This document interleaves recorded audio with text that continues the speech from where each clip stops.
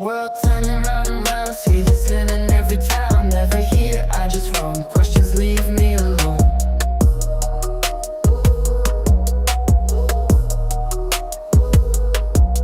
Suspicion in their eyes, is it wrong to live in disguise? Misdemeanor or a crime? I just wonder all the time.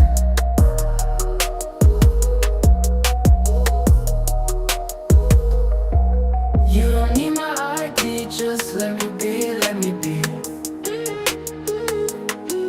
Dirty bacon on my trail, in this world I won't fail. Catch me if you can, always moving, I'm the man. Rules with no name, just bets from the thoughts in my head.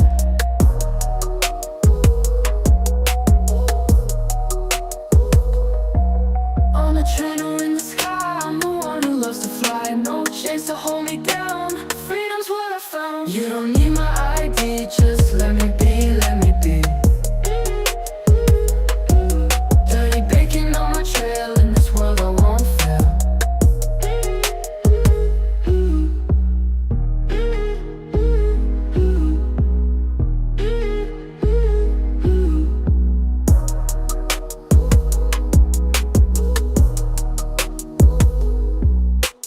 Catch me if you can, always moving, I'm the man. Rules with no name, just bets from the thoughts in my head. On a train or in the sky, I'm the one who loves to fly. No chains to hold me down, freedom's what I found. You don't need my ID, just let me be, let me be.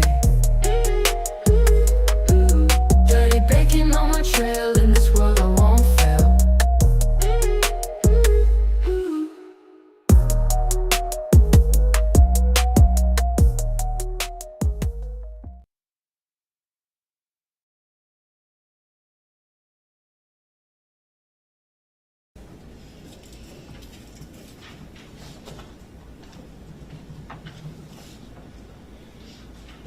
Are you familiar with those photos? Yes, I am. And can you tell me what they are? Just generally speaking, not specific. In general, they're autopsy photographs. They're photographs taken from at various times during the autopsy. In addition, there are some diagrams toward the back of the package here that depict the heart. Are you familiar with all of those documents or those exhibits I just gave you? Yes. Okay, thank you. Your Honor, I'd ask the court to receive them, and then I'd ask permission to publish. One will be on the screen, and then the remainder I will ultimately hand out the purple files to the bailiff. Any objection from the defense? No objection.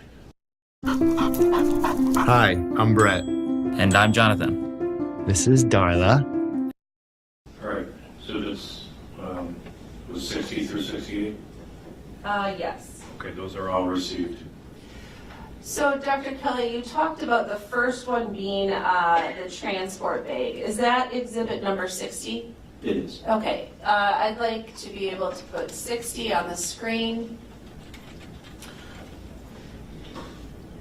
Now, with that transport bag, is there information contained on there that we see? Yes. And what might that be?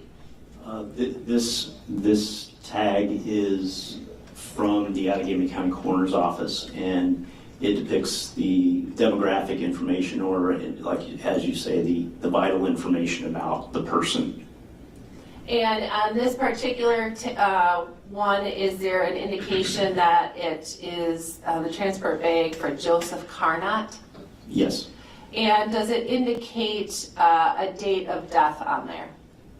Yes. And what might that be? It's July 19th of 2024. There also is a red tag that we say that actually says sealed on it. Do you see that? Yes. And what is that? Well, that's a bag seal. So what that effectively is, it's kind of like a fancy zip tie.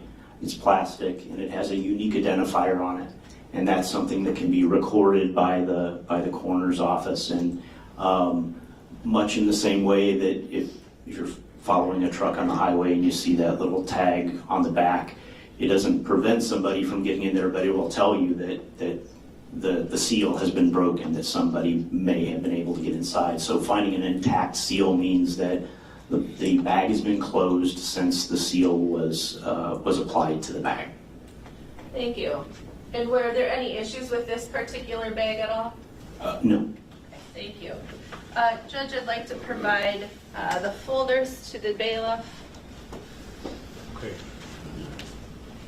Once again, those folders will be passed out one by one. And don't open those until instructed. So we'll wait for each juror to have the folder.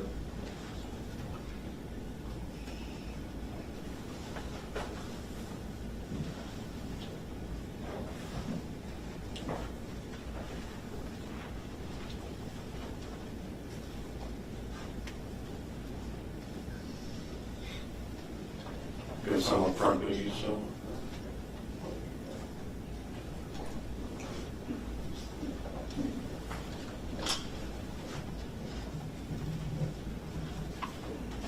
Okay, the record should reflect that all 14 jurors have a purple folder with certain exhibits in there. Not to look at those until instructed during the witness's testimony. All right, now, Dr. Kelly, you talked about how during the autopsy process, the first thing you do is an external examination of the body.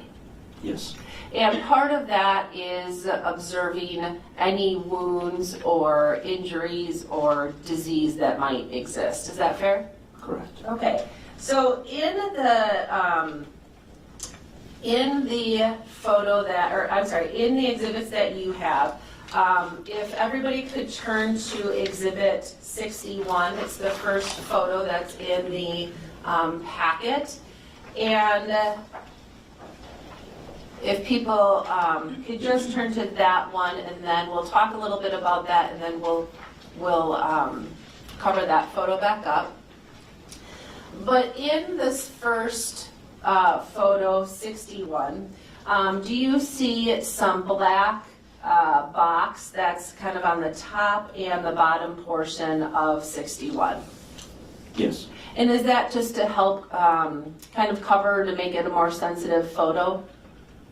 Yes. So in the original photo you took, it would have been the entire picture without the boxes. Is that fair? Yes. Okay. Now, when you're observing this photo and you're conducting your autopsy, what was the importance of observing this particular documentation? It's to document the entire body. In this photograph, it shows the head and the torso. And within this photo, you can see the injuries to the chest area. Now, I'd like to talk a little bit about, we see an injury if we're holding the photo kind of up and down where a person's head would be on the top.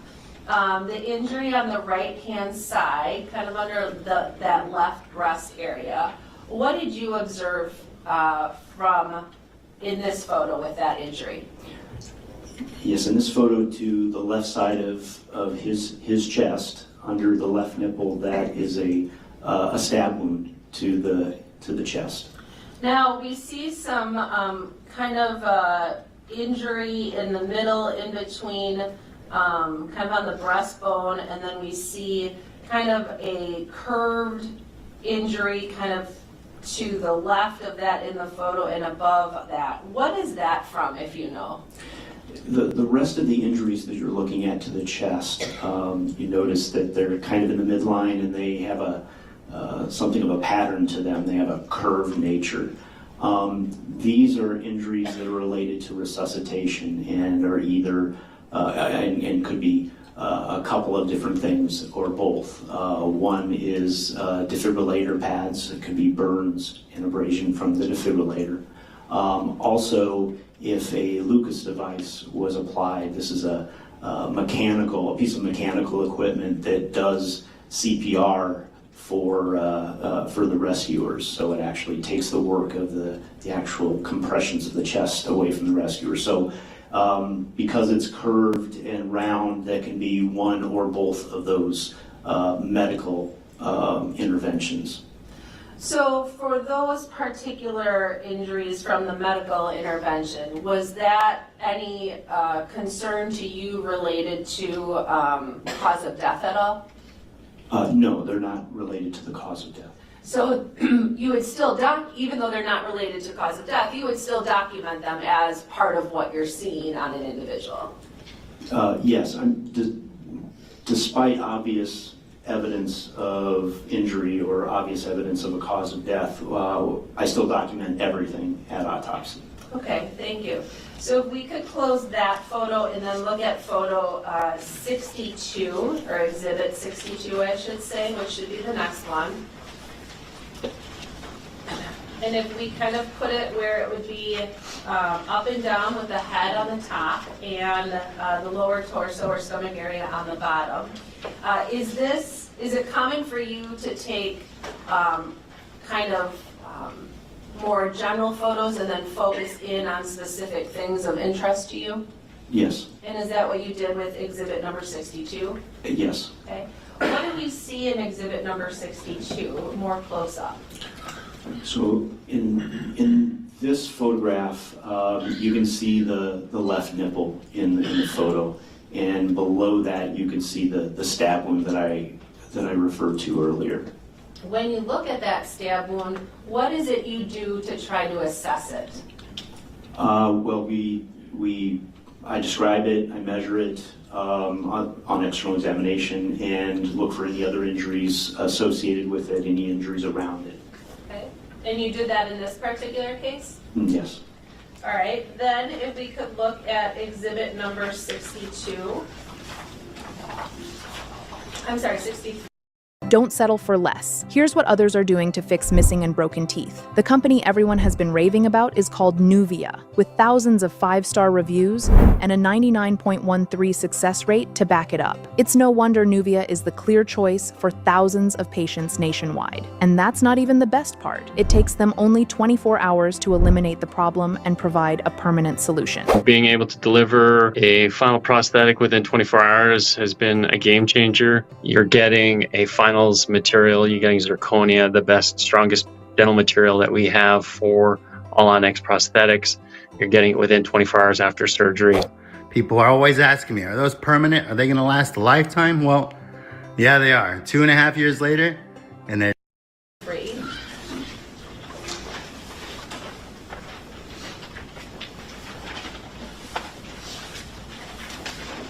And if we could look at it in a way that ME 244848 is kind of vertical across the page so that we're able to see that. What is there a significance to that number, ME 244848? That's our unique identifier. So that's the number that we give to the case at the Milwaukee County Medical Examiner's Office to tell it apart from other cases. And what does this, I see that that identifier also kind of has a measurement on either side of that identifier as well. Can you use that in terms of measuring as we're seeing here? Yes, the purpose of taking photographs with a photo label is that it not only does it give an identification to the photo, especially to close-up photos like this, but also gives a scale that somebody looking at this photograph could use to determine the size of things in the photo. So approximately how long is this injury or this wound?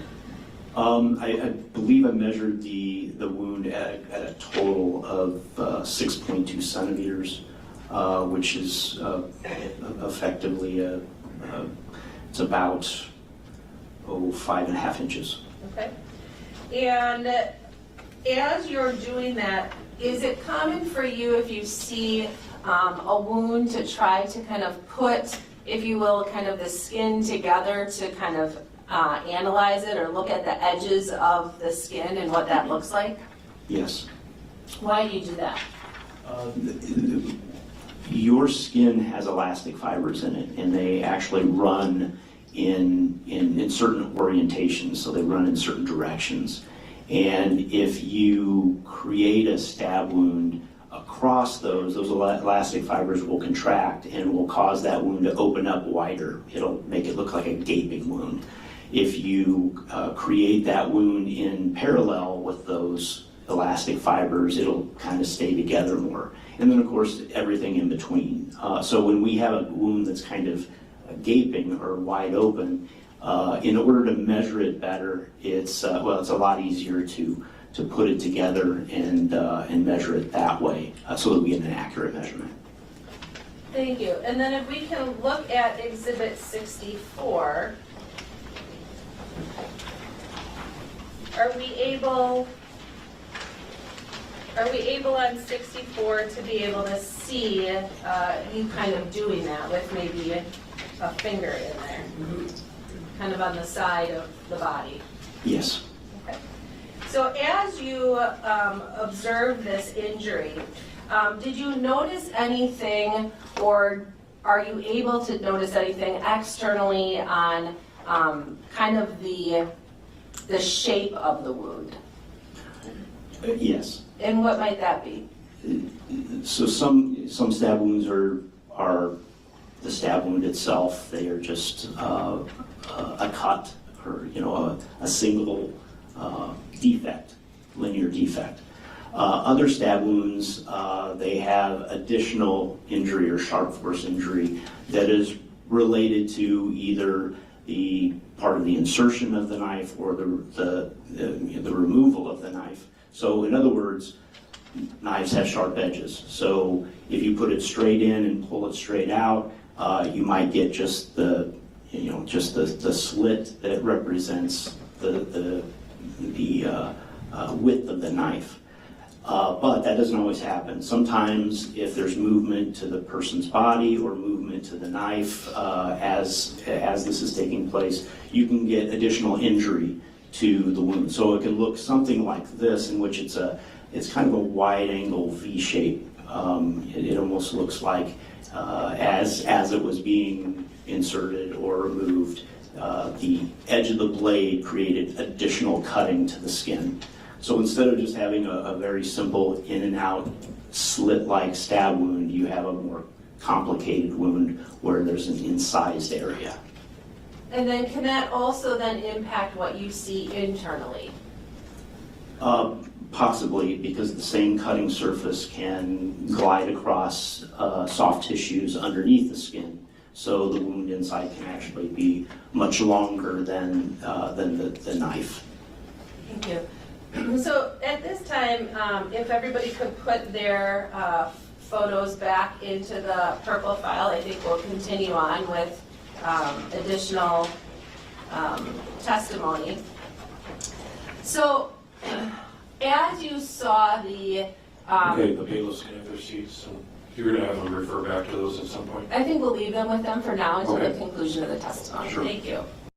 I thought I knew what therapy was until I found the right therapist. And let me tell you, game changer. You see, for years, therapy felt like talking to a really smart best friend. Insightful? Yes. Helpful? Sure. Something was missing. I would leave sessions thinking that was interesting, but nothing really changed in my life. There was no homework, no real world shifts, just conversations in the therapy room. Then I found a therapist who actually gave me homework. And not the type of homework you dread, the type of homework that brings you back to yourself. Most recently, she told me to go to a park. As we talk about the external examination, once you're done with that, which includes going through the photos and the documentation we just did, then do you continue on, as you said, to the internal examination? When you did the external examination, was there anything else that you found externally on Mr. Carnot's body that you then reviewed or focused in related to the internal version of the autopsy? In terms of external injuries or disease or anything? The only other injury they had on the external examination was a small abrasion or scrape to his right knee. Okay. So as you conduct the internal portion, what is the next step that you go through regarding analyzing this particular injury from an internal perspective? Well, simply put, I track the wound. I look at the injuries underneath the skin and make note and document what structures are injured by the blade of the knife. So that includes the rib cage, that includes any of the organs underneath. I look for evidence of hemorrhage and document that as well. And in looking at that, what is it that you learned about that particular stab wound that we just saw externally? So this stab wound actually, it goes through the rib cage. It goes through the rib cage in an area that's predominantly cartilage. So you might imagine that your ribs, they don't go straight. They're not horizontal. They actually have angle to them. And at the bottom of your rib cage, on the anterior surface of your body, at the bottom of your rib cage, the ribs kind of come together and join. But they don't join as bone. There's cartilage there that connects them. So to the left rib cage, he had the stab wound went through that cartilage between the 6th and 7th rib, or involving the 6th and 7th rib. There was also some hemorrhage to the soft tissues behind the sternum. So hemorrhage dissects its way along the soft tissues. And then right underneath that is the pericardial sac. The pericardial sac it's a sac that surrounds the heart. And the heart beats and moves within that sac. And typically that sac doesn't contain any fluid, or contains very minimal fluid. When you find fluid in the sac, that is cause for concern. And in this particular instance, he had a large amount of blood filling and distending that sac, and that's important.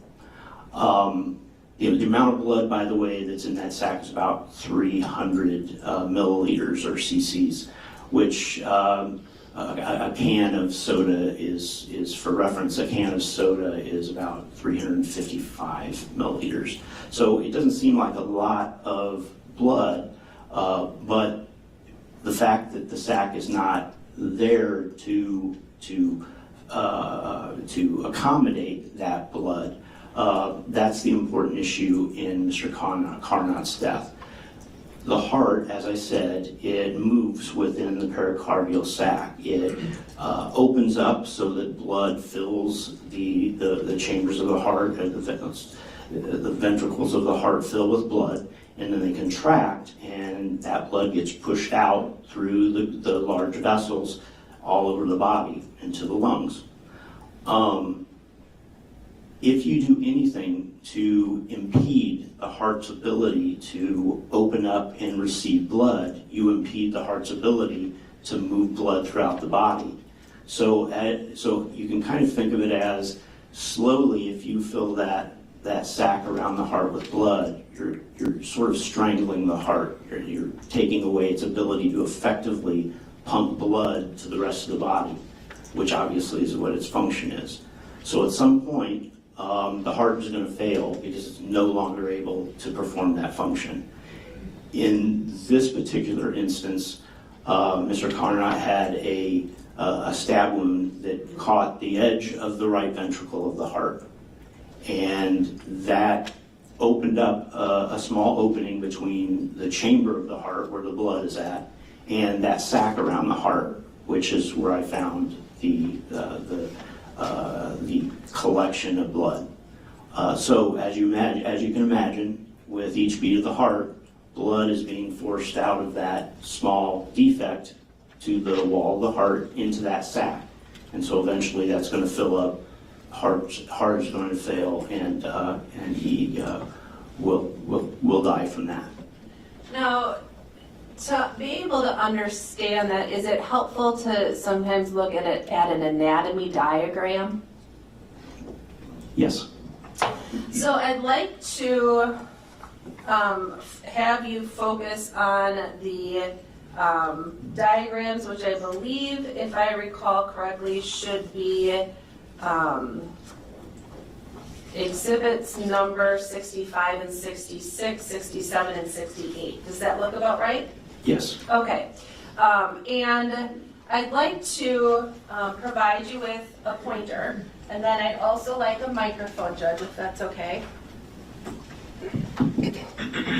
We're upgrading from the measuring stick we used last week. And so I'm going to give you that as well as the microphone. And if we could put exhibit number 65 on the screen. Are you familiar with this photo? Yes, I am.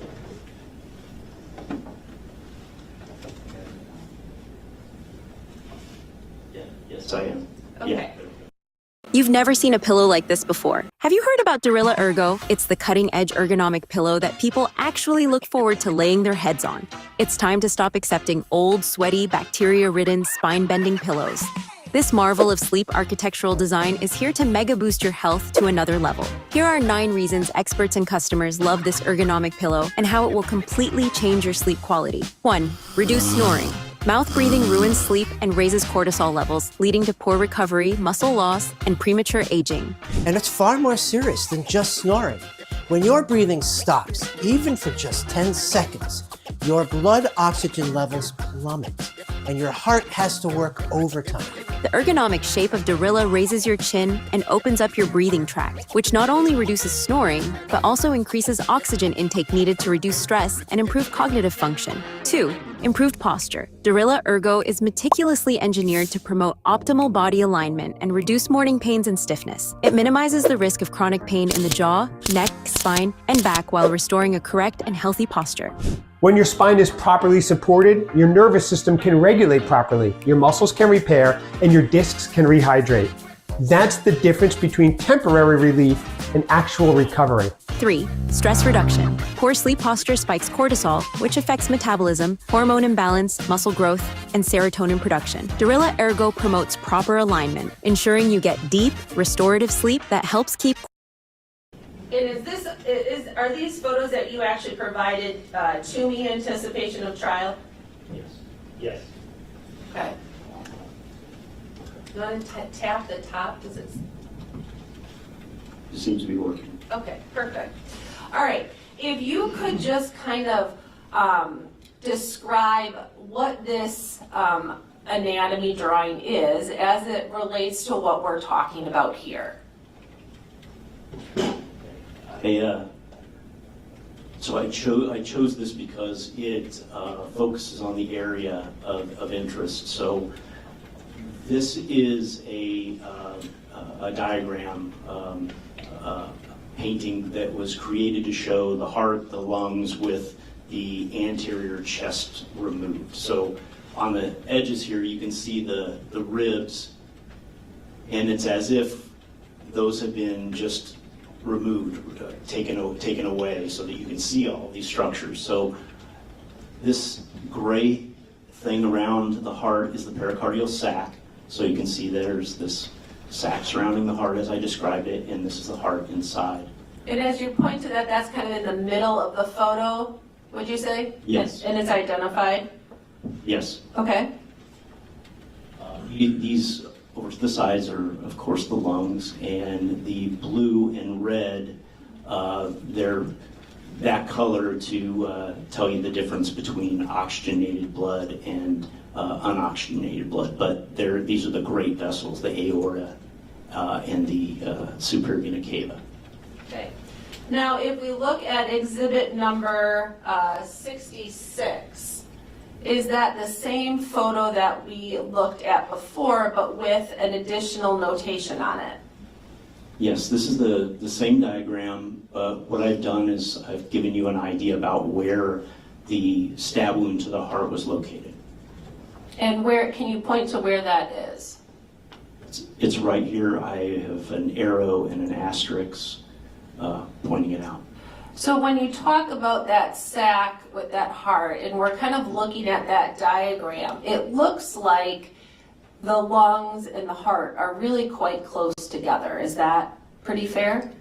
Yes, they are. So as somebody is breathing and their heart is pumping, you talked a little bit about all of the expansion and the movement that's happening in there. Is that fair? Yes, there is considerable movement within the chest cavity due to the heart and lungs. When the lungs, when you're breathing, are your lungs also expanding as they fill with air? Yes. So the lungs are expanding and then deflating as you're breathing, and then the heart is pumping, so it's expanding and then getting smaller with the pump. So there's lots going on in that particular area of the body at all times. Yes. Okay. You pointed on the right-hand side the rib cage, and you talked a little bit previously about cartilage. When we talk about that, how would we think about kind of the thickness of skin? What's cartilage like as you're examining it in terms of the difference maybe between skin or how we kind of understand it?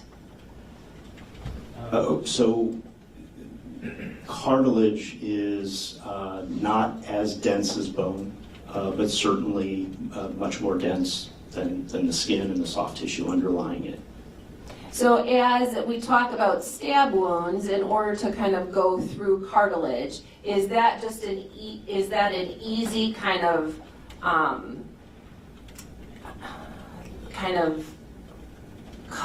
stab, or does there have to be an amount of force to get through kind of that cartilage area? Oh, before you leave, can you turn that document into a PDF for me? Thanks. At 5:30 on a Friday? Actually, wait. I think it'd be easier to use Scribe and show you how to do it. What? I just sent you a step-by-step guide using Scribe. How did you make that? I just downloaded Scribe, clicked Start, followed the steps, and Scribe automatically generated a step-by-step guide with screenshots. Pretty cool, right? Wait, you said it was called Scribe? Teach anyone how to use any software with Scribe.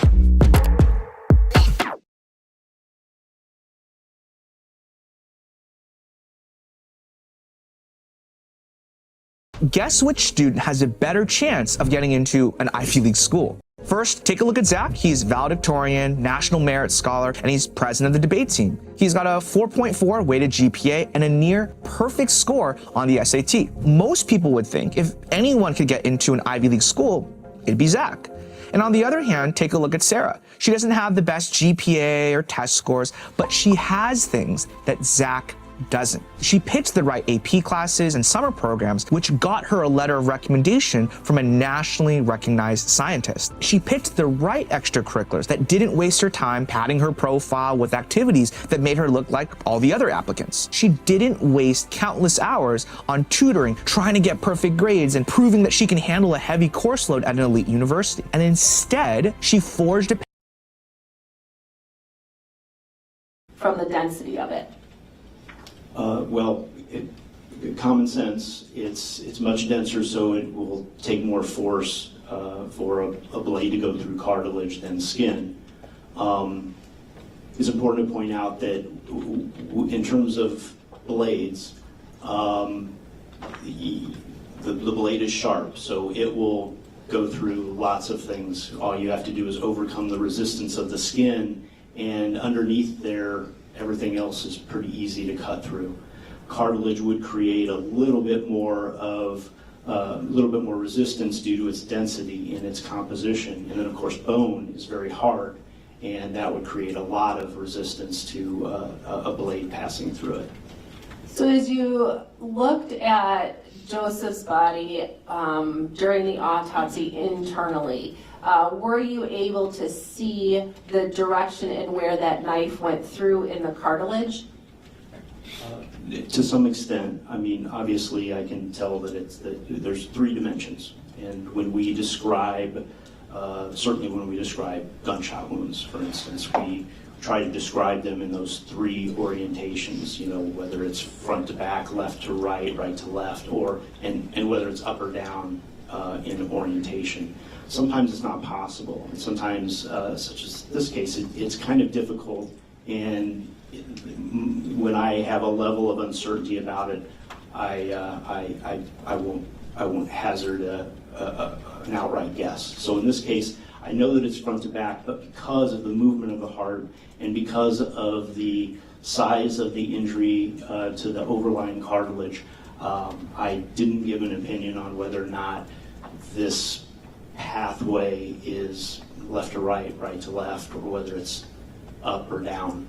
I think it's just too difficult to tell. All right, if we could then look at exhibit number 67. Could you describe what 67 is of? This is just another diagram just showing the heart, and again, I just wanted to do this to demonstrate the location of the injury. So this is the right ventricle of the heart over here, the left ventricle of the heart over here, and the injury is going to be down here at the bottom, or in some sense you call it the lateral or the side of the left ventricle. The heart actually kind of sits on its side, so to speak. So if we look at exhibit number 68, did you make a notation on here to help us understand where? Yes. And where is that? Again, I just put an arrow and an asterisk to demonstrate the relative location of injury. Okay, thank you. If you'd like to have a seat, you can. So, as we talk about this injury, fair to say that there's some injuries that kill someone immediately and some that take time. Yes. And how would you describe this particular injury? Well, this injury is not necessarily an immediately lethal injury.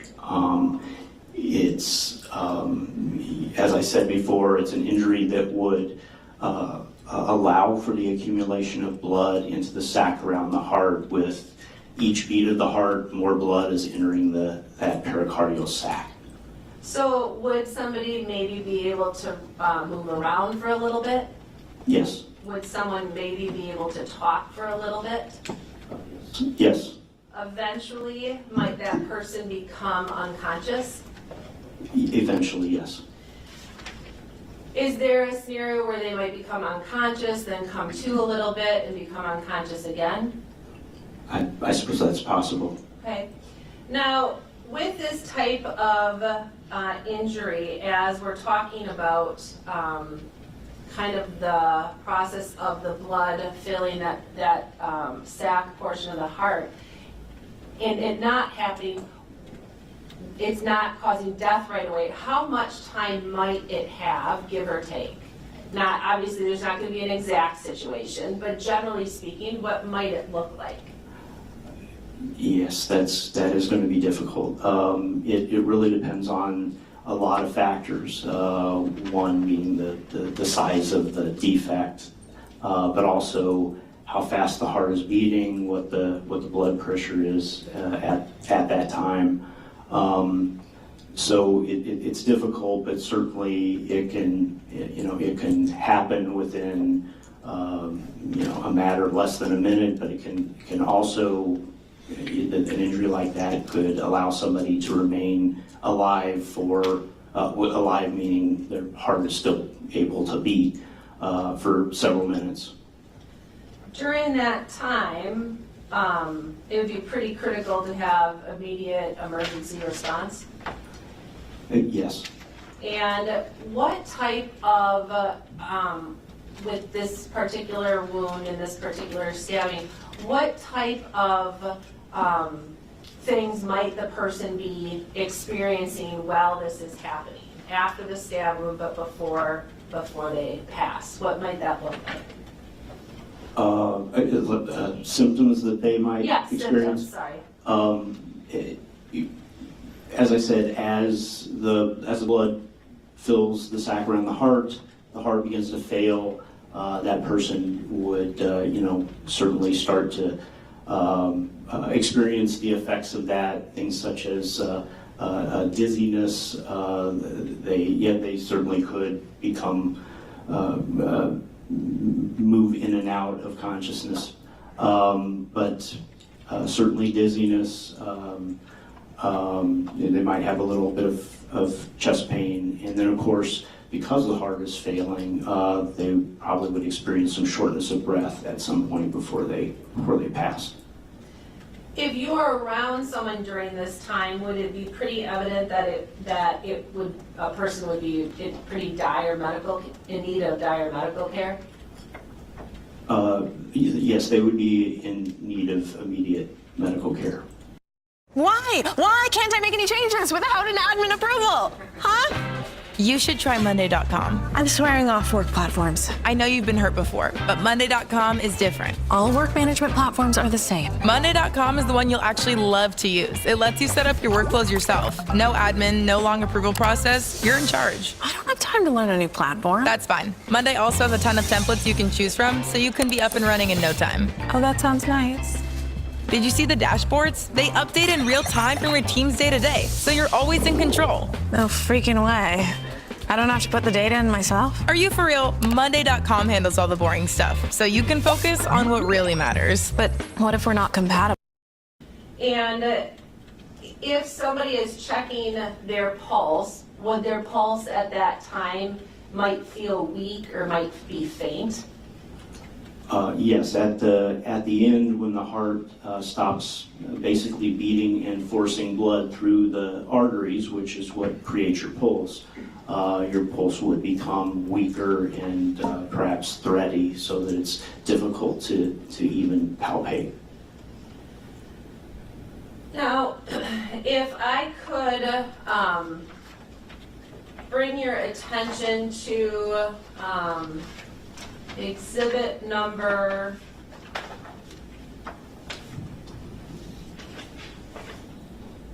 I think 59, that was your report? Yes. Okay. If we could just look at exhibit number 59 and we look at page 3, do you see a section called evidence of traumatic injuries? I do. Okay, and is this where you're describing what you're seeing related to this knife wound? Yes. Okay. You talked a little bit about the wound, and I think that you note that in here, and we talked a little bit before about it, but I kind of want to come back to it. Did you describe it specifically in terms of kind of the length?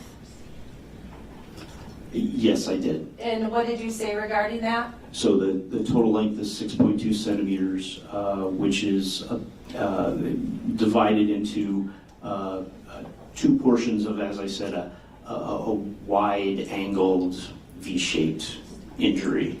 And 6.2 centimeters, again, is about 2.5 inches. Okay. And you talked about how it was comprised between like maybe a 4.2 centimeters wound and then a 2 centimeters wound. And can you describe that portion, what you mean by that? So what I'm describing is there's a portion that's oriented slightly downward toward the midline, just off of the horizontal.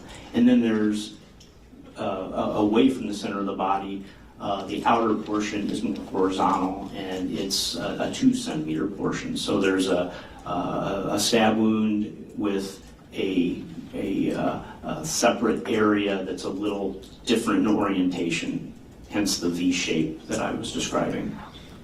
Okay, I'm going to approach with another exhibit.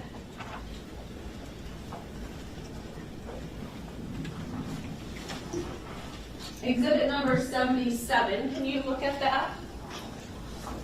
Yes. And are you familiar with that, what's photographed in that exhibit? Yes, I am. And what is it? This is a photograph of a knife that was shown to me as the potential knife that caused the injury. Your Honor, I'd like the court to receive exhibit number 77, and I'd ask permission to be able to publish it. Any objection? No objection. Right. Exhibit 77 is received. Dr. Kelly, is the photo that you see above you also consistent with what you're looking at? Yes, it is. Okay. Now, are there times when you're doing an autopsy that someone might bring in an object related to death? Yes. And what is it that you talked about this knife being brought to you? What is it that you do when you're looking at the knife and you're conducting your autopsy? How do you go through that process? Simply put, I just document it. I photo document it. If possible, I can take measurements. If the knife hasn't been processed, if it hasn't been, if it can't be touched, that makes it more difficult. But if not, I can at least take measurements and take photographs. When you did in this case, again, this is one of the photographs that you took related to the autopsy. Yes. And what was your analysis when you're looking at this knife related to the wound? I measured the length of the blade and the width of the blade. I note whether or not it has one cutting edge or two cutting edges, whether or not there's a cutting edge at the tip, a variety of things of that nature. At the end of the day, what I am able to tell people about knives is not necessarily whether or not this is definitely the knife that caused this, but whether or not this knife could have caused the injuries that I'm looking at. So there are times when I receive more than one knife, and I have to do this with all of those knives and determine how many of them could possibly have created the injuries. In this particular case, there's only one stab wound, and there's just one knife being presented to me, so that's what I did. Juvederm collection of fillers. The filler brand patients trust and recommend. And did this knife look consistent with a knife that could have left the stab wound on Joseph Carnot? I believe that I said that this knife could have created the injury that we see. Now, in stabbing type cases, are there times where just a portion of the blade might cause somebody's death, or is it something that you'd have to use the entire knife blade all the way up to kind of the plastic handle portion of the knife to be able to cause a death? Do you know? You mean? In general. In general, we also will try to make note of whether or not, I think what you're referring to is the depth of the injury. Yes. So we try to give some idea about what kind of depth we're talking about. Obviously, we have to take a few things into consideration. For instance, with the chest and the abdomen, the surface is compressible. So you can see a wound path that's even longer than the knife because the blade gets compressed and the knife goes in technically farther than it would have otherwise. The blade can only go in part of the way, and that's another possibility, that it's only inserted partially. So we'll do our best to try to determine, and I did my best to try to determine something about the depth of the wound. Sometimes that's not something that you can speak to a reasonable degree of certainty, but I certainly try to take photographs so that can be entertained later on. In this particular situation, was that difficult to be able to determine based upon the fact that the heart and the lungs are all beating and breathing and expanding and becoming smaller during that time? Well, that's certainly a consideration. The other consideration, like I said, is whether or not the chest wall is compressed. But certainly suffice it to say that this knife could have been inserted the entire width, or based on the based on the measurements and the appearance of the body, it could have been part of the distance of the width. Part of the length of the blade. When you say the chest is compressed, what does that mean? Well, your rib cage moves, and you have, as I said, there's some cartilage in the front, and the ribs they're not horizontal, they're kind of angled, and just sitting here breathing, you can feel that your rib cage moves in and out. But your rib cage is flexible, and certainly the younger you are, the more flexible it is. But it's flexible, so you can compress the chest. Technically, that's what is being done during CPR. But by compressing that chest with a blow to the chest, you can actually compress it to the point where, like I said, the blade, even though it's only a certain number of inches long, can be inserted beyond that depth. Thank you. Now, I want to talk a little bit about evaluating stab wounds. Is there a way that you're able to determine if a stab wound is self-inflicted or inflicted by another?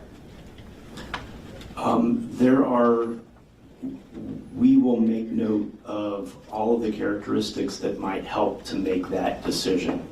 And I should insert the caveat here that single stab wounds to the chest are obviously the most difficult. So having a single stab wound to the chest, you have to take into consideration a lot of the things that you observe at autopsy. And but having said that, understand that cause of death isn't a real mystery here. And so my job is to determine the cause of death.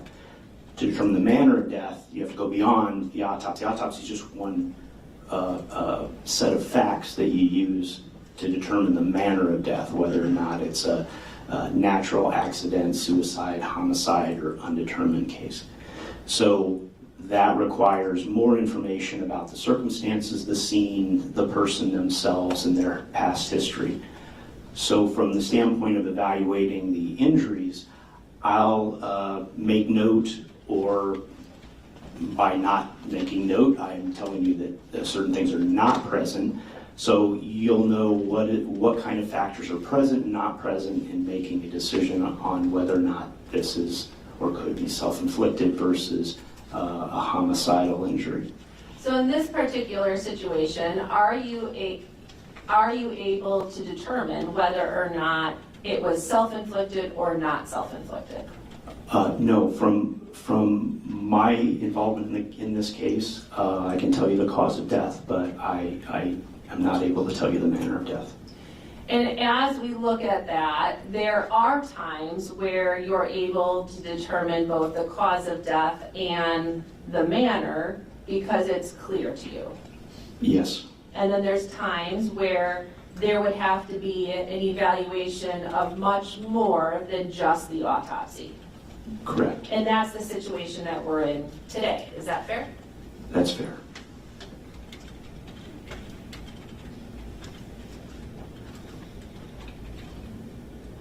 Now, you talked about the cause of death, and ultimately the cause of death is the finding that you're making related to this particular case, right? Yes. And what did you determine the cause of death to be? A stab wound to the chest. So everything we've been talking about today. Yes. Was there anything else that you noted that could be related to his cause of death, other than the stab wound? No. Was there any other, did he otherwise appear to be a healthy person? Yes, he does have some natural disease, but generally he appears healthy. He does, but as I said, he does have some natural disease. But nothing that would have related to his death? But nothing that contributed to his death. Thank you. And that's outlined in Exhibit 59, which is your autopsy report, right? Yes. Now, in addition to conducting the external exam we talked about, the internal exam, you talked about the process of of collecting fluid samples or other different types of samples during the autopsy process. Do you remember that? Yes. And as you talked about this, were there fluids that were also collected for Mr. Carnot? Yes, there were. And was some of that done then through toxicology? Yes, it's my routine to collect specimens for toxicology on all autopsies. And you indicated you have a toxicology laboratory at the Milwaukee Medical Examiner's Office? We do. Okay. So after conducting those, collecting those specimens, those are then sent to your laboratory? Yes. And do you then receive back a toxicology report related to that to help further assess your autopsy exam and evaluation? Yes. Do you receive that in this particular case? Yes, I did. Now, as we look at the types of collections that were done, there is a notation on that, which I believe is the last 2 pages of your autopsy report. Does that sound right? Yes. Of Exhibit 59? Correct. Did you know that you can have permanent teeth in just 24 hours? That's right. Only 24 hours and your new smile is ready. There's a reference to I believe it's iliac blood? Yes. And what is that? The iliac blood vessels are in the pelvis. They are those in the femoral arteries and vein, which are in the thigh, are preferred specimens, mainly because they're more peripheral specimens. They're farther away from the core of the body, and so they can be judged as being more accurate. Okay. And are there specific results that you noted in these results that were of interest to you? Yes, he does have some substances in his blood. What type of substances did you find? So the testing of that blood showed the presence of some methamphetamine, amphetamine, and then there was also some buprenorphine and its metabolite norbuprenorphine. And then I'm going to spell that for the court reporter. So that'd be NORBUPRENORPHINE. Does that sound accurate? Yes, it is. And then the bupropion would be the same spelling, just minus the NOR, right? Yes. Okay. And what about those? That's an opioid that can be prescribed, or it can be taken illicitly, but usually it's prescribed, often as part of a combination of drugs that are used in the treatment of chronic opioid abuse to help people to get off of chronic opioids. In this particular instance, I don't know why they're in the system.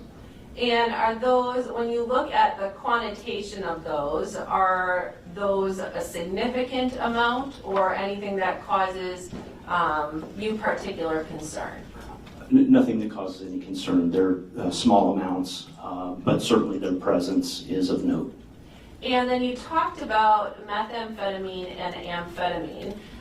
Before we kind of get into that, to those amounts specifically, can you talk about what happens if somebody consumes methamphetamine, how that turns into an amphetamine? Yes, amphetamine is a metabolite of methamphetamine. So in other words, people that use methamphetamine, their body will break it down to amphetamine, which is also an active substance. So both of them are active stimulants. But it just so happens that amphetamine is a metabolite, an active metabolite in this case. And then of course amphetamine will break down further from there. That's the relationship between the two. When we talk about amphetamine, is amphetamine also contained in other prescribed medications? Yes. So might it be contained in something like Adderall for ADHD? Yes, it is. So somebody who has amphetamine in their system might also have a prescription that's related to why you see that in somebody's result. Correct. Finding amphetamine in somebody's blood doesn't tell me, just from that, it doesn't tell me whether or not it's from a prescription or not. Whereas methamphetamine is not related to a prescription, is that correct? That's correct. Okay, so let's talk about kind of that toxicology. Do you also inquire whether or not somebody is on any prescription medications? I do. Again, as a consultant, I usually ask for that type of information, what kind of prescriptions, mainly for this reason. So it helps us when we get our toxicology back to say, well, that substance that I see is something that they're supposed to be taking. It's a prescription medication. And did you have information for Joseph Carnot about him having a prescription for Adderall?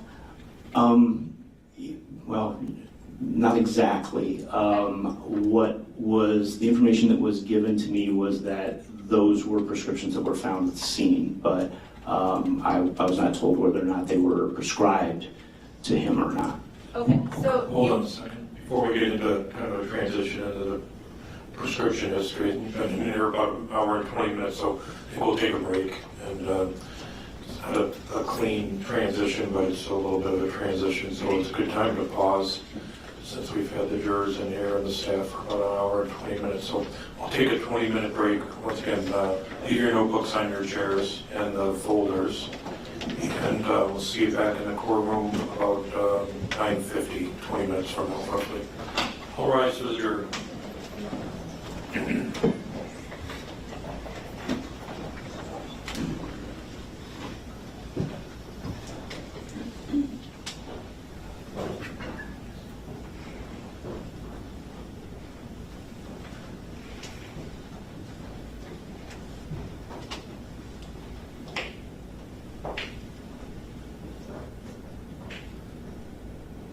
Okay, the witness can be on break 2, and we'll come back on the record at 9:50 a.m. So you can step out as needed.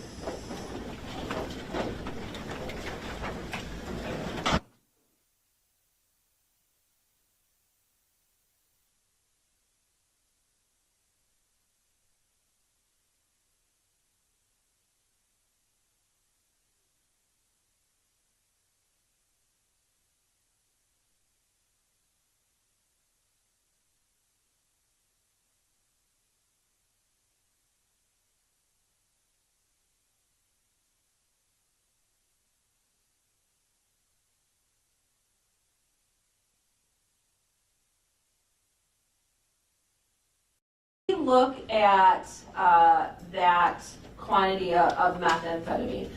As a medical examiner in Milwaukee, do you see a lot of cases where people die as the result of taking illicit drugs?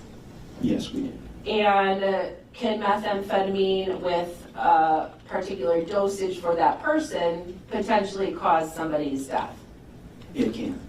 Now, as it relates to this specific case with Joseph Carnot, you talked about how he had some methamphetamine in his system. How does that get quantified? In this particular instance, it's quantified by an instrument in the lab called liquid chromatography mass spectrometry.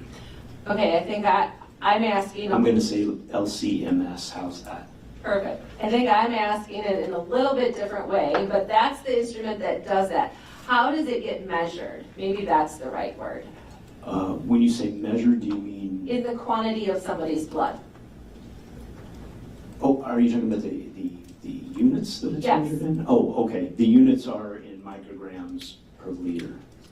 Now, as we talk about the result for Joseph Carnot, does that have an amount that is able to be quantified? Yes. And what is that? The The quantity of methamphetamine was detected at 11 micrograms per liter. When we talk about that, did you have any concerns about whether or not that caused his death at all? No. It did not? No. The substances found in his blood did not cause his death. So you see the presence of it, but you don't have any specific medical concern as it relates to your cause of death findings. Is that fair? That's correct. Now, the amphetamine level is a higher number. Is that correct? Yes. And what is that result? The amphetamine level was 500 micrograms per liter. So could that amphetamine level be part of the breakdown of some amount of methamphetamine? Yes, I guess the way I would put it is that at least some, if not all, of the amphetamine is present as a result of methamphetamine use. And then could some of that presence also be if he would have taken some Adderall medication? That is possible. In cases that you talk about related to the work that you do, are you familiar with death certificates? Yes, I am. Okay, I want to show you what's been labeled as State's Exhibit 78. Are you familiar with that? Yes, I'm familiar with the death certificate. And is that for Joseph Carnot? It is. And on the bottom, does it talk about an autopsy being performed? Yes, it should. It does, yes. And is that in reference to the work that you specifically did? Yes, it is. And does it indicate whether or not there is a cause of death? It does. And what does that say? Stab wound to chest. Okay. And then it says interval between onset and death. Do you see that? I do. And what does that say? It says minutes. So is that information all from your work that you did? Yes, I would imagine that they certainly would have gotten our report state with my opinion on the cause of death. Your Honor, I'd like to, for the court to receive that. We're not publishing it, just as an exhibit for the court to receive. Okay, with those conditions, any objection? No. All right, 78 is received. Okay, that's all I have at this time. Thank you, Dr. Kelly. All right, Dr. Kelly, Attorney Kirk O'Bear is to your left, so he's going to go over some things with you on cross-examination. Once again, take your time, don't be in a hurry, and go ahead, Mr. O'Bear. Thank you. Good morning, Dr. Kelly. I do have a few questions, and I heard you say on direct examination that you have an opinion with regard to the cause of death, that being a stab wound to the chest, but you do not have an opinion with regard to the manner. Am I right? That's correct. That's correct. Another way to put that is you cannot scientifically rule out the possibility of a self-inflicted wound here. As I said, I can't rule out the possibility. I can't tell you what the manner of death is. And it should be obvious, but it's not your job, nor is it scientifically possible in this case to determine who caused that stab wound, correct? I'm not able to do that with what I have. Right. If I were to describe in forensic terms an accidental self-inflicted in-size wound to the palm or palmar aspect of the hand or fingers, what would that mean to you? Could you say that again, please? An accidental self-inflicted in-size wound to the palm or palmar aspect of the fingers. And asking me what does that mean? Yes. That just means that he has that person would have a cut to the palm of the hand somewhere. Okay. And this is the type of wound that sometimes, not all times, but we will observe on the hand of the perpetrator, the person that did the stabbing, if it were not self-inflicted. Am I correct? Say that one more time. This is the type of wound, an accidental self-inflicted in-size wound of the palm or palmar aspect of the fingers. That's something that if someone were to stab somebody else and it meets an object of resistance such as a human body, there can be some slippage, and then there's a self-inflicted incise that occurs on the fingers. I see what you're asking. Yes, it's possible that even from any individual that is using a knife to inflict this kind of wound, there could be some slippage of the knife causing a cut to the inside of the hand where you hold the knife. Okay, and there have been forensic studies actually, which you're familiar with, but that discuss this phenomenon, correct? It's something that you'll see in textbooks and occasionally in autopsy. Okay. Mr. Brody, can we put Exhibit 77 up, please?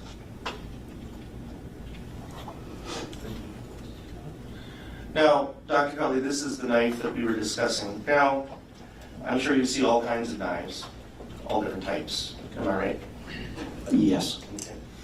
And again, you had said that sometimes you're provided with a variety of different knives, sometimes you're provided with multiple ones regarding one case, but you just have this one knife to look at in this case, am I right? Just one more screenshot, and this SOP is finally done. What the? That's correct. And you've seen knives that have, not sure what the technical term is, but you've seen a hunting knife that has sort of a stop or a catch surrounding at the end of the handle, correct? Yes, a blade guard. A blade guard, that's the right term, thank you. And that's intended to prevent that type of wound we were just discussing to the hand, correct? Yes. And this is basically just a regular, kitchen knife without any such blade guard. Can we agree? Yes, it is. Thank you, Mr. Brody. Now, one thing you might look for to help educate you with regard to the manner of death is the existence of any defensive wounds on the deceased. Am I right about that? That's correct. Can you explain to the jury what defensive wounds would encompass? Defensive wounds are wounds that would be incurred during the process of defending yourself against a weapon. In this case, a sharp force or a sharp type of weapon might result in some wounds to the arms or the hands or even the legs and feet in some cases. Those wounds in those locations, based on the circumstances, are usually referred to as defense wounds. And you did not observe any defense wounds in this case, am I correct? I did not. Now, we had a long discussion about, I think you described, you did not have enough information given all the dynamics here regarding the actual pathway or angle of the blade entry. Am I right about that? That's right. So it would be incorrect to speculate as to what angle that may have been. Correct. I guess I could go further in just saying that if there is some angle in those two planes, it's not a lot, but because of the movement of the heart in the pericardial sac and because of that fact, I didn't feel confident in giving a left to right, right to left, or an up or down orientation. Very good. Also, there was a lot of discussion about how the actual size of the wound, and you gave some measurements, and you also talked about how the depth of the wound, there can be a lot of different factors that contribute to that. In fact, you gave an example of how the wound going in can actually be longer than the knife in some situations, correct? Yes, the depth, correct. So you don't have a way, scientifically speaking, of being able to tell how much of this particular knife entered the body, correct? That's correct. I can tell you what's possible, but I can't tell you specifically by a measurement or something that I know exactly how. So, right. So, for example, the depth of the wound was 4.2 centimeters. We shouldn't conclude from that 4.2 centimeters of the knife entered the body. Correct. Usually, if the wound path is longer than the knife, you know, that you'll know the length of the blade, obviously, and you can determine that from measuring the depth and seeing that injuries go a lot further. And so clearly that had to have been compressed the chest. But other than that, it becomes a difficult measurement. Attorney Templis asked you a few questions about the existence of Adderall, and obviously we talked about buprenorphine and other things that were found in there.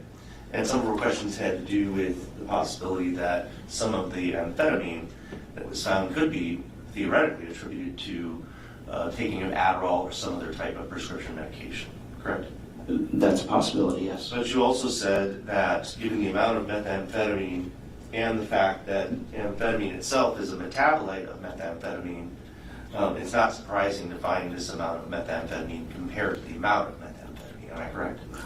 Well, I didn't say that, but I think what the implication is that the presence of methamphetamine would, because it breaks down to amphetamine, would mean that at least some of the amphetamine in his system came from methamphetamine, if not all. If not all. And again, just the jury understands what we mean when we say metabolites. And this can happen with a number of different substances. Say, for example, if we're looking for tetrahydrocannabinols, we'll see a delta-9 component, we can see a carboxy-THC component, a hydroxy-THC component. And what's actually happening is the body is turning one substance into another through the metabolic process. Am I right? Yes. Okay. So in this case, when we see methamphetamine, and then we also see amphetamine, what is the natural process that the body undertakes is it's in the metabolization. It's actually converting methamphetamine to amphetamine. So we'll see less methamphetamine as the body metabolizes it, and then it will convert it to more amphetamine. Am I correct? Typically, yes.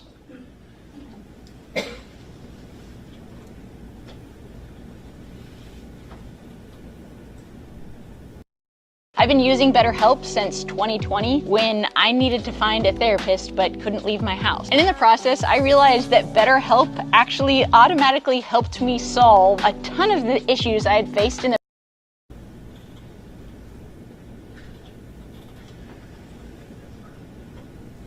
I have no further questions. Thank you. Redirect. Just a couple. Dr. Kelly, when you see stab wounds that, let me ask this. Do you sometimes see stab wounds that you're able to determine the cause of death to be homicide? Oh, yes. And in those cases where you have stab wounds related to homicides, do you always see defensive wounds? No, not always. So just because defensive wounds don't exist doesn't exclude it from being a homicide. Is that fair? That's correct. And you were asked about an injury to somebody's palm. And that question was presented to you in relation to a suspect who might stab someone, and if there's kind of slippage with the knife, it might, they might get a hand cut. Do you recall that? Yes. And as you explain that, can that also happen to somebody who would do it if it was self-inflicted, where they could get an injury themselves? Yes, I think I mentioned that, you know, anybody who's holding a knife in a certain situation, it can slip and cut. You can cut your own hand with the knife that you're holding. So that could be either for the person who does the stabbing of another or to someone who stabs themselves. Is that fair? Yes. It's just one injury you might see, correct? Yes. Are there plenty of cases where that does not happen? Where you don't, Where the knife doesn't slip? Yes. Oh, yes.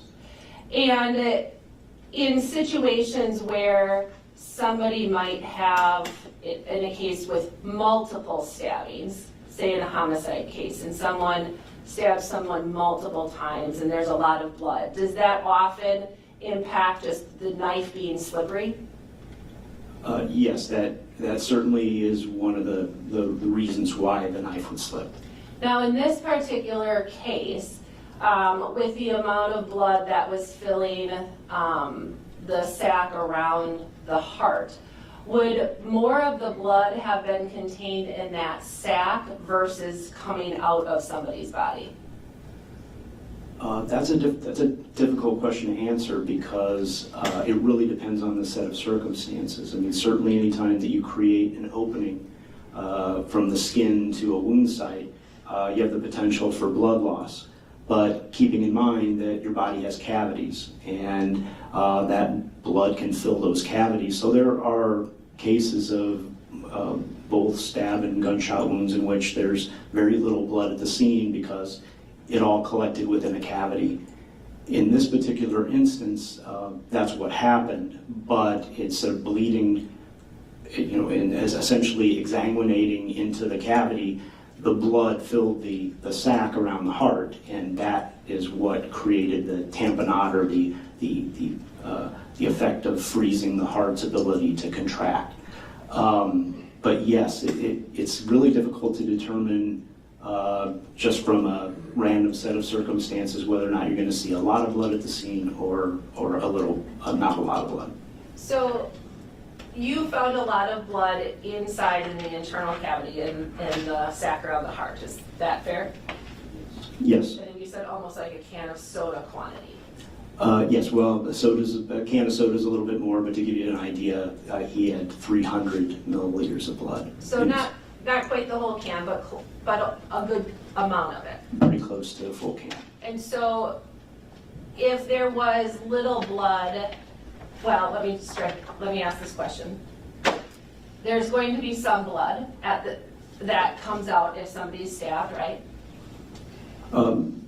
As I said, it's difficult to say that with complete certainty, but yes, usually there is some amount of blood, either whether it's on clothing or whether it's on the skin surrounding. It just depends. Okay. And if somebody were to say that there wasn't a lot of blood coming out of the wound, would that be surprising with this particular injury? No, actually it wouldn't.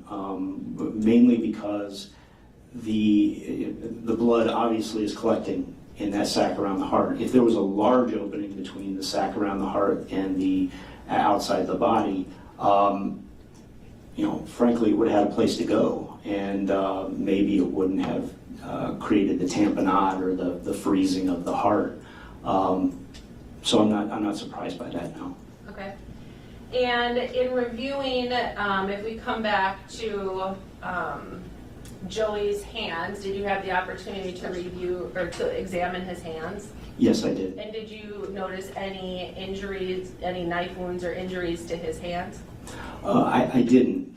He had the palms of his hands, he had some, and I don't know what he does for a living or anything like that, but the palms of his hands had kind of some cracking, like they were dried, and I did take a couple of photos just to show that it was the cracking, but there wasn't any cuts or blood on his hands.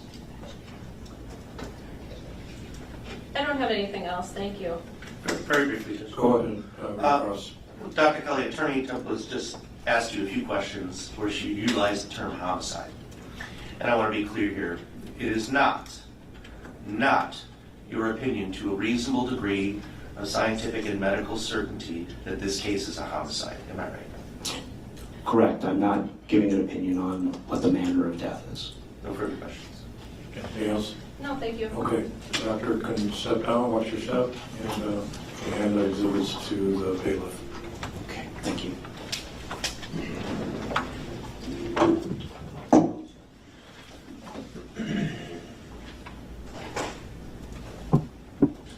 Okay, State can retrieve the next witness, and anybody in the courtroom wants to stand and stretch for 30 seconds, they can do that. And the bailiff can also collect the purple file folders. Okay.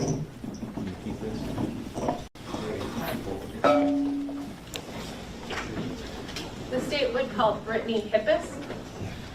Okay, we'll have her wait back there until we collect the folders. Okay.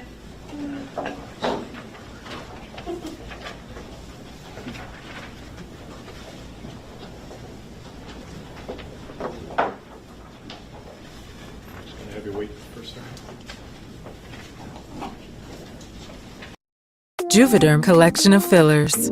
Add volume to get smooth, natural-looking, long-lasting results for every side of you. Find out more at Juvederm.com. Common side effects include injection site redness, swelling, pain, tenderness, firmness, lumps, bumps, bruising, discoloration, or itching. Unintentional injection into a blood vessel is a rare risk which can cause vision abnormalities, blindness, stroke, temporary scabs, or scarring. For more important safety information and to find a licensed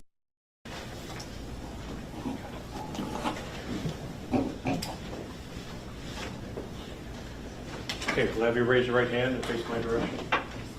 You do solemnly swear that the testimony you shall give shall be the truth, the whole truth, and nothing but the truth, so help you God? Please take a seat. Please state and spell your name for the record. Brittany Hippis, Brittney, Hippis, Hietpas.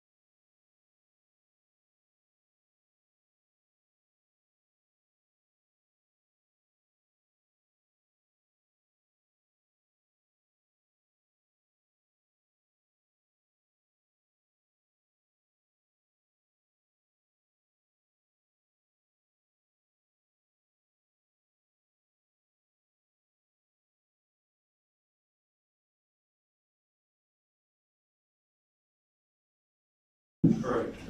We'll let you catch your breath for a second. For starters, I want you to get as comfortable as possible at the chair and the microphone.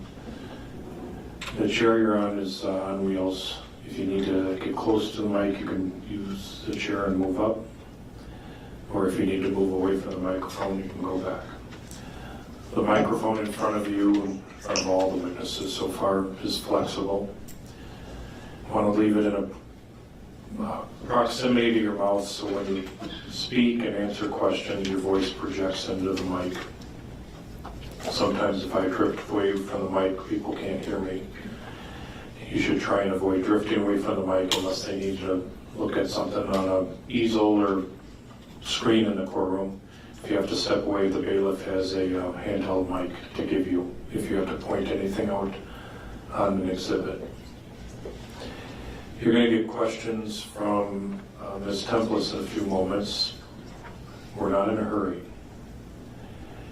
Sometimes people sitting in that chair are a little nervous, so they go fast. We're trying to avoid going fast because of what happens when people go fast is sometimes they just want to get done with their testimony and they end up speaking before the whole question's out. The court reporter in front of you is typing what people say. She's typing what I'm saying, she's typing what the lawyers say, she'll type what the witnesses are going to say. We're trying to avoid two people talking at the same time because then that's going to be really hard for her to type that. So going back to people going fast on the witness stand, listen to the question. Don't start your answer until you know the attorney, or if I ask you a question, the judge finishes the question. While you're speaking, I'll make sure they don't talk over you, because once again, we want to avoid two people talking at the same time. Sometimes in courtroom cases, there's objections by the lawyers. So if you hear a lawyer say, I object, or something along those lines, stop. I don't have time for bullshit, so I use a no bullshit pan. I am Chef Sam Talbot. I've been cooking for 37 years. What the hell is Your response to give me a chance to sort out the objection and make a ruling.